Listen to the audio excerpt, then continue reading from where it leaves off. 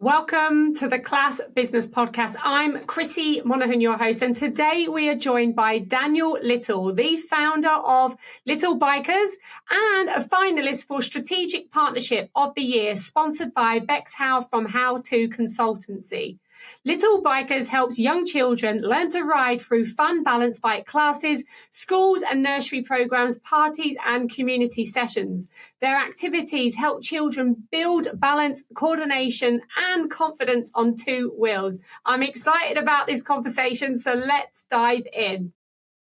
Daniel, it's absolutely amazing to have you here with us on the podcast today. For everyone that's listening online or watching us on YouTube, please tell everyone who you are, what do you do, and where do you do it?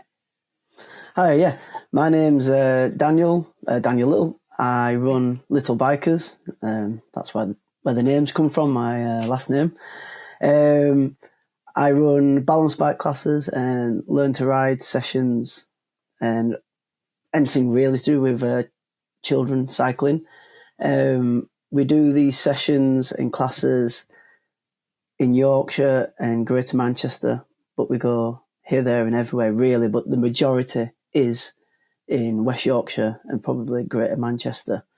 We work with schools, community groups like the Scouts, local charities, the councils, and parents that bring their children to our weekend sessions, which we run almost every weekend, Saturday and Sundays. Brilliant. How long has the business been going for? Business started, it'll be 5 years in January. Wow. And it started just with a Sunday morning session with two groups of 6 children. And now we're probably doing about 500 children a week. Wow, that's amazing. So where does the biking or the cycling come from? Is this your background? Is this what you've done in the past? Yeah, so I've always been interested in bikes and always had a bike growing up. I wouldn't say it was my main sport or activity. I'd say football was, but cycling has always been there. And that's where I excelled, let's say, at school. I didn't do hugely well in the classroom, but in PE and sports. So I went on into college doing a BTEC in sport, then went to university, did a sports coaching degree. And then I worked at summer camps in Camp America for 4 years, where I did a bit of mountain biking, but also did multiple sports. This is all working with children. Then I worked on a cruise ship for like 7 years, running sports activities with children and adults. So after all that and all the experience, I came back to land, as they say, and I got a normal job in an office. It didn't quite suit me completely, so I looked around at what I could potentially start, and it really came around when I got a balance bike for my oldest daughter, who was 2 at the time. She didn't quite like it completely on the balance bike, maybe partly because I wasn't on a bike with her or it's just something new. So then I looked around the local area for a balance bike class or something like that, and I couldn't find it. So I was like, right, let's try and start up a class for children on a weekend to try and get them riding on a bike from a young age, like 2.5 to 6 year olds. I love this. You sound very similar to me. I did a BTEC National College, leisure tourism. Then I went on to do a degree in sports management and stuff. I didn't do the tour, obviously, on the cruise. So just tell me what attracted you to go on a cruise to go and work there for 7 years doing sports activities?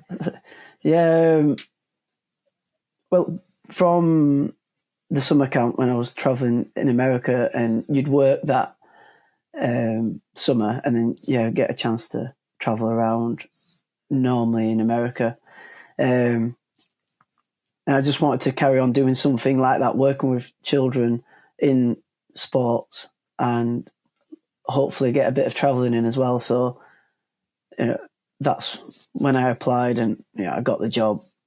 And then it just went on from there. So I've been to Hawaii, New Zealand, Japan, South Korea, Alaska. Brilliant. That's Yeah, all amazing. over. So you had all that experience of working with children, and then obviously your little one got introduced to balance biking, and obviously there wasn't quite enjoying it. So you looked for a solution, couldn't find one, and then started one yourself. And so that was 5 years ago on a weekend, starting a class. I just would love to know, how did you get your first people? Like, how did you get your first children?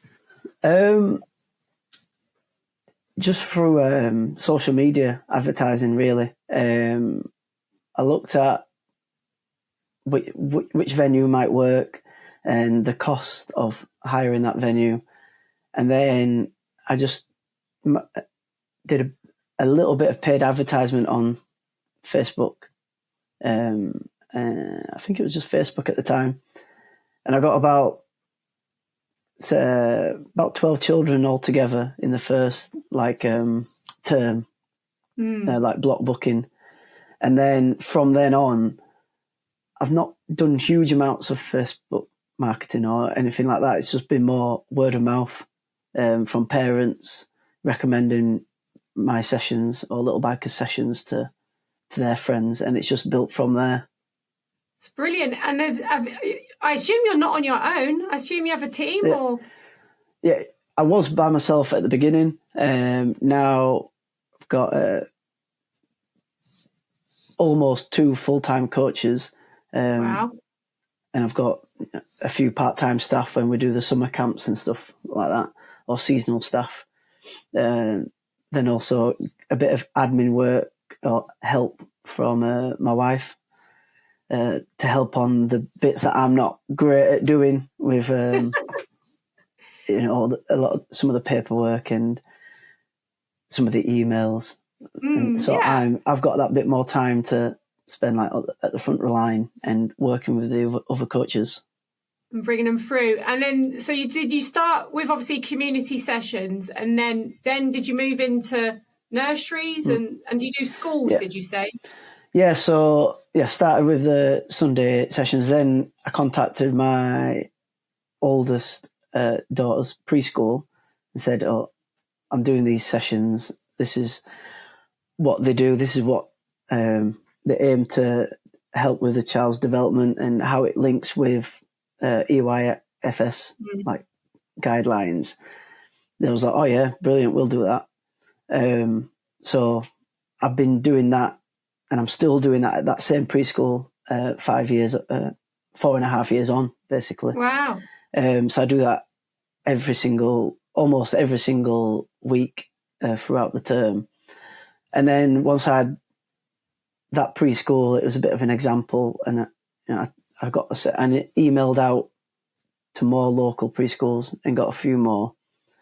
And then I got in touch with the council, actually the council next door, called the little council, to see if they were interested. And I spoke to a gentleman who I really know well now. And he said, oh yeah, it's a great idea. We don't have anything much at the moment, but it sounds good. And about maybe 6 months later, he got in touch saying, oh, we've got a bit of funding. Are you still doing what you're doing? Yeah. And that was 3 years ago. So we're working with that council quite a lot, going into schools for funded places, funded sessions for schools. But off the back of that, some of the schools are seeing what we're doing, and it's like, oh, can we have an after-school club?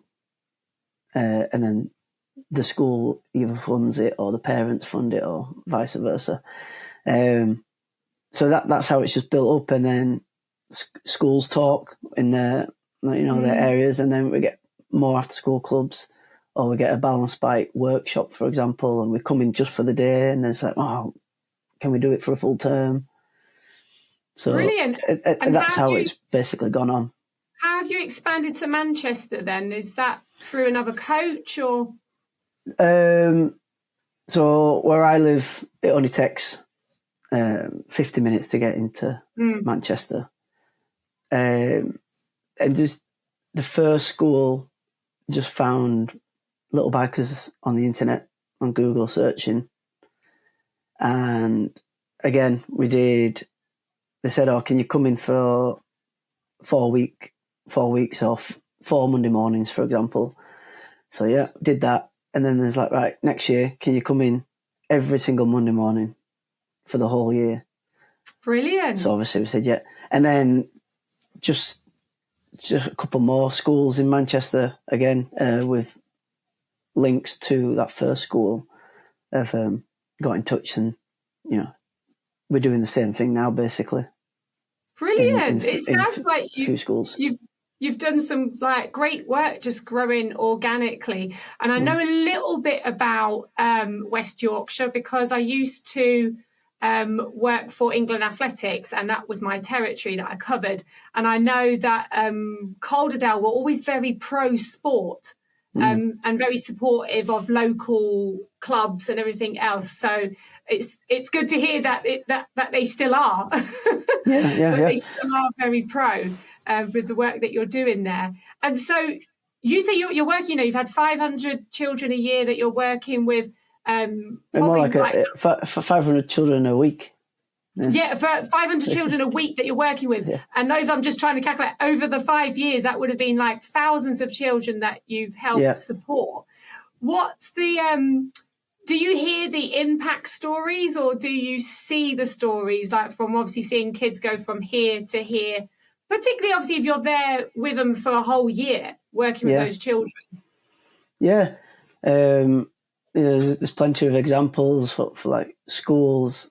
I might be in the school at the beginning of term and they've got a bike shelter and it'd be empty, or maybe a couple of scooters. By the end of the year, it's full with children riding their bikes to school.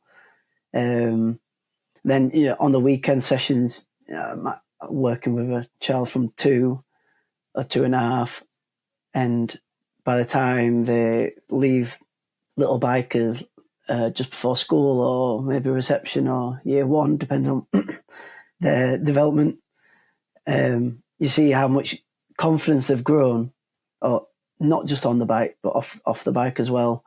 And there's plenty of examples with children with SEN needs, or just physically struggle with other things. And when they learn to ride a bike, and the child's really happy, and you just see their smile, but also the parents are really like appreciative and really thankful, and that's what's really good to see, where you see that development in a child and you see them build so much confidence, and now they can ride a bike, and it also allows the family to have like family bike rides, basically.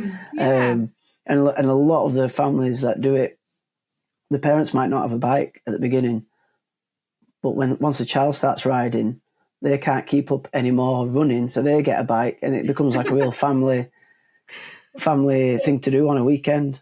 Well, you get to my point where I've done a bit of cycling with my daughter at the weekends now, and she's a teenager, and I naturally now think I need an electric bike because I can't keep up with her on the bike anymore. And I was thinking, we need an electric bike. I can't get up the hills like I used to. So I suppose it goes in all stages, doesn't it? So you're doing like incredible work. What's the plan for the rest of this year? Because obviously we're halfway through the year. I assume you would have had some goals and ambitions that you wanted to achieve this year with all the work that you're doing. Are we on track? And what is the plan for the rest of this year? Yeah, well, I really see my year being September to September. Right. That's just because with the schools and preschools. Yes, timing. And I have a sort of break during the summer, but I'm still busy. We're doing summer camps and stuff. But so the goal for this year, which is almost finishing for me, was to bringing another venue, which we've done, and that was pretty much waitlisted. So we've got children, fully booked classes and children waiting to come on. So that was one of the goals which we managed to achieve.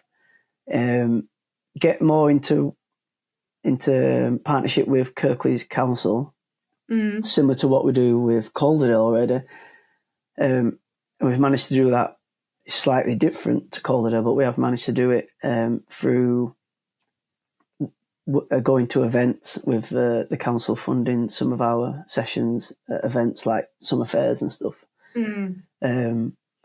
So that's been really good. And just to maintain the classes and the enjoyment for the children, whilst we're trying to expand, but slowly, it's sometimes hard to keep the standard to that same level, or how personal it is. Like when you're seeing so many children, it's sometimes hard to keep that level of being personable with children and remembering everybody's name. So, which is sometimes a challenge. But it's 500 of them.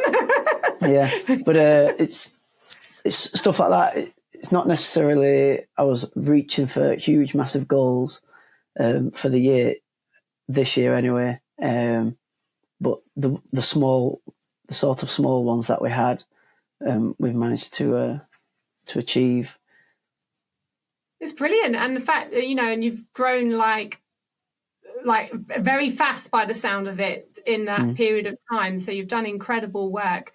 And if someone wants to come from the West Yorkshire area to find out more about your classes, where's the best place for them to get in touch with you?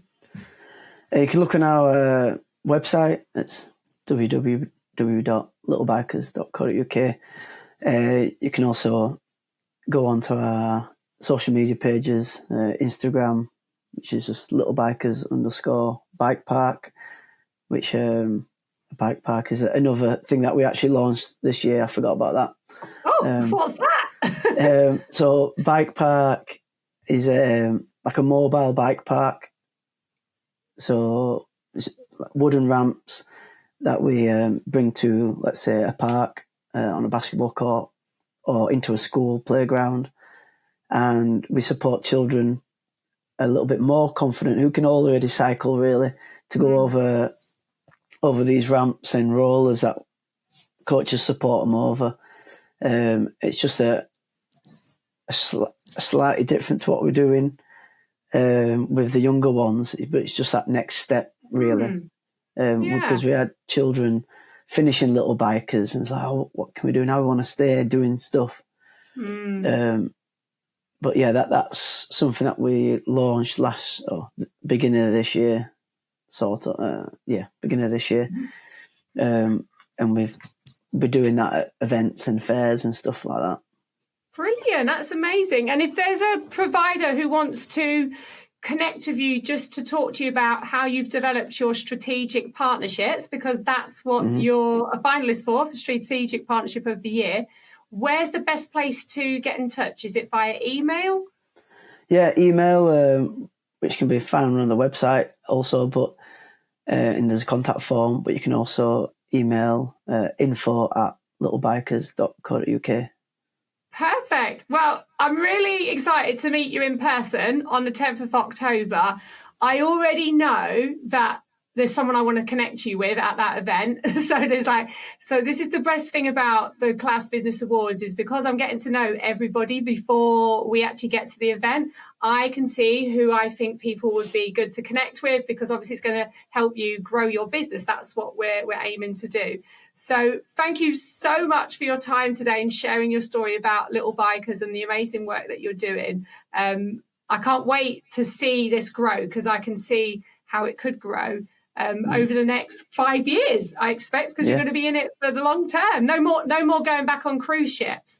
No, no, I can't leave 2 children and my wife behind for months at a time. Well, thank you so much, Daniel, for today. Yeah, thank you.